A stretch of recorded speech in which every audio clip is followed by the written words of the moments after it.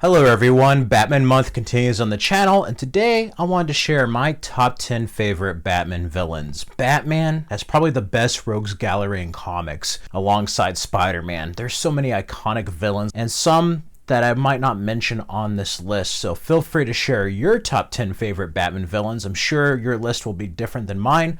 Share your favorites down in the comments below. This video will be short and to the point. At number 10 is Bane. I love Bane ever since his introduction in 1992. He is a villain that has challenged Batman both mentally and physically. He was raised in Peña Duro prison. He had a bear named Osito that gave him comfort. And during his time in this prison, he became part of a test subject for the steroid drug called Venom.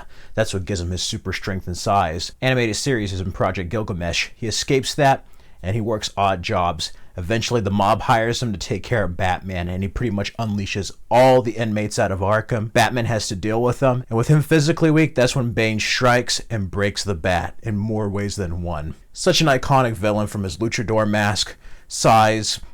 He is a modern Batman villain who's been reinvented time and time again. He's had some bad incarnations and some great ones.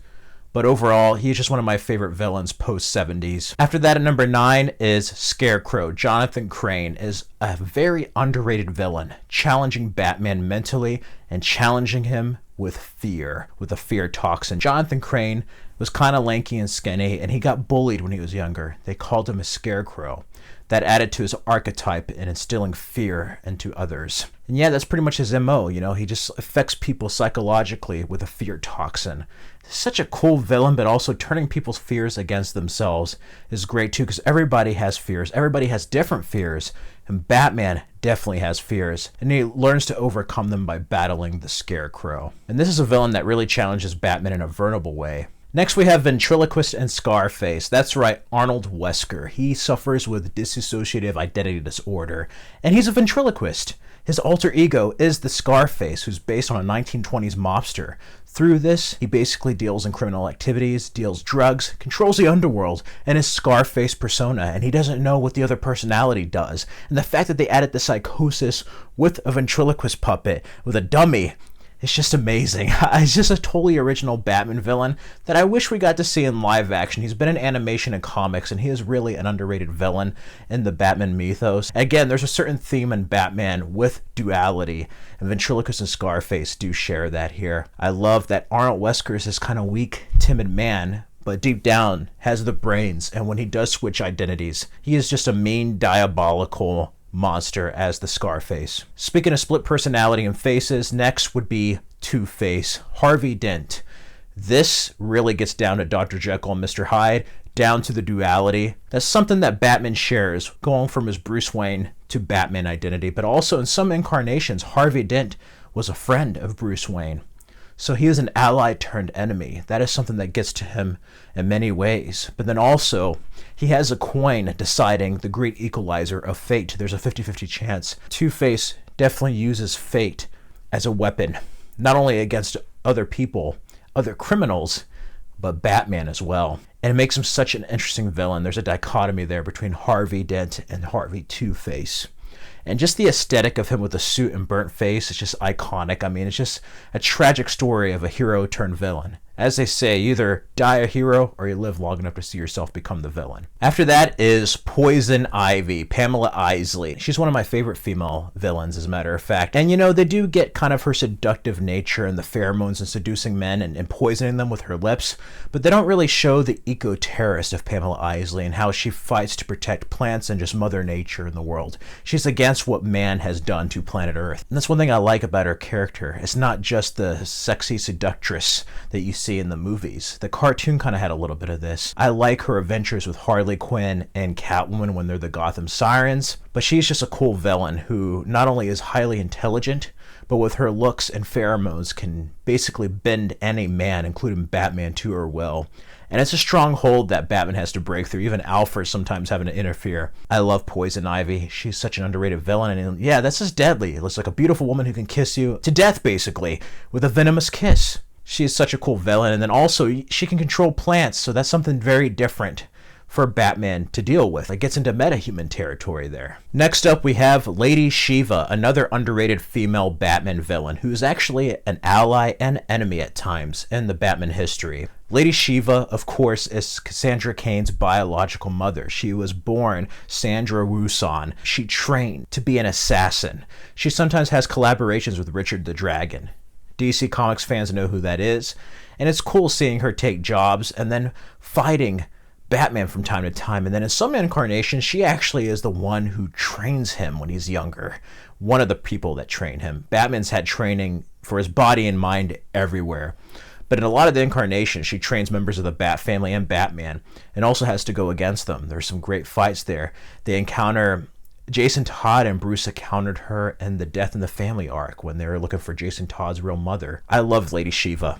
With her terrorist organizations and like assassin skills, she is just a lethal foe for the Dark Knight that is truly an equal in many ways. Still, to have a physical challenge and it be a member of the opposite sex against Batman is kind of cool. Seeing her connection with Batman evolve over the years. Next up is Hugo Strange, another awesome Batman villain that challenges him mentally. A mastermind that at one point deduced the identity of Batman being Bruce Wayne. You know, he has all these experiments. At one time he had concentrated lightning that would create fog so he could allow criminals to do their criminal activity in Gotham. Other methods, he would go into people's minds. Hell, even Arkham City. He worked with Ra's al Ghul for Protocol 10. Oh man. Hugo Strange is just one of those people that is just creepy and just an ultimate mastermind mentally for Batman. And at one other time, he actually impersonated Batman setting him up. He's has such a strange and rich history with the Dark Knight, and I think he is one of the best, most underrated villains that have challenged the Dark Knight in so many ways. Next up is Mr. Freeze. Victor Freeze has such a tragic backstory. In some earlier incarnations, he was just a random criminal, had to breathe into an apparatus. He can't be in regular temperatures. He has to be in sub-zero temperatures. But in later incarnations, he had a wife named Nora Freeze, and he was a scientist named Victor Freeze that was looking for a cure for his wife's condition. Ultimately, you had Ferris Boyle at GothCorp shut down the project in the process, pushing him, and then he thought he killed him, but it transformed him into Mr. Freeze.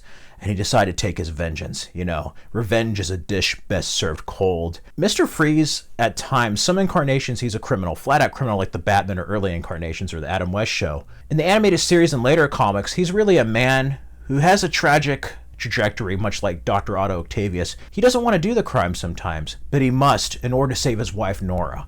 That is his mission, and that makes him such a sympathetic villain. But he's also a very deadly enemy for Batman with his freeze gun and physical strength inside the suit. He is just an awesome villain, and out of all the villains, he's the one I feel the most sorry for. A lot of the villains do have sympathetic, sad backstories, and I guess it's like Batman in a way where they had one bad day, but it's how they handled that. That's what differentiated them between being hero and villain. After that is the Joker. The Joker is basically Batman's Professor Moriarty. He is iconic, the clown prince of crime. He is Batman's deadliest foe. Like, you think he's just like electric buzzers, squirting flowers, and laughing fish. He is a psychotic, an anarchist that just wants to watch the world burn. And he's also highly intelligent, which makes him very deadly to the Dark Knight. He does stuff to hurt other people knowing it would get to Batman. It's not just killing Batman, it's about destroying everything he is about, his character, his values, his ethics, his morals. It's about proving to everyone that they can snap just like he did after one bad day. And of course, Joker's backstory is multiple choice, but in all the incarnations, he is just iconic with the appearance, the struggles, and confrontations he's had with Batman. Ultimately having a sidekick with Harley Quinn, and that provided a new dynamic that was a bit abusive at times. Overall, the Joker is just one of the best Batman villains. They just go together. It's fate. But for my favorite, it's not the Joker. The most underrated, in my opinion, is Ra's al Ghul. Ra's al Ghul. Yeah, Ra's al Ghul, the demon's head, is just amazing. Not only the history, he's gone through Lazarus pits and has lived on Earth a long time. He wants to see Batman as a successor. He wants him to marry his daughter, Talia al Ghul. Batman's her beloved. Of course, later they have a son named Damian Wayne. But I love how he's introduced. You know, he kidnaps Robin and puts Batman through this whole test. And after he offers him the League of Assassins, Batman's like, I'm not going to join you, I'm not going to be part of this organization, and that's when he turns into an enemy. But what makes Ra's al Ghul interesting is that he did try Batman's way. He's just seen that he can't change human nature, and he's that much of a cynic that he'd rather just go scorched earth in order to save the world. And that's a very twisted dynamic there, where it's just like, yeah, he's doing all this horrific stuff, but deep down, he's actually thinking he's making a difference and saving people, because he's just been through enough shit already to be like, you know what, whatever I was trying before is not going to work. Humanity, the world only knows how to change and become better through one way.